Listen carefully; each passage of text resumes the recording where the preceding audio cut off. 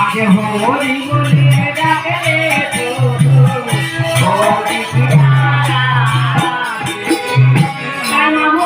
শুধু হরি হরি হরি হরি বলে ডাকলে যে হরি চলে আসবে তা নয়। গুরুর কাছে শিক্ষা নিতে হবে, শিক্ষা নিতে হবে, তাকে গোবিন্দ বলে মানতে হবে, তবেই হরির দর্শন। তাই আজকে আমার সতী মায়ের দীক্ষা হয়নি বলে কিন্তু তিনি দুগ্ধ পান করছেন। তাই এদিকে দিয়ে এসেছে অদ্বৈত আচার্য। অদ্বৈত আচার্য জানতে পেরেছে যে পুত্রটি আমার দুগ্ধ খায় না, মানে মারা যাবে, তাই তাড়াতাড়ি দৌড়ে আসছে। কিভাবে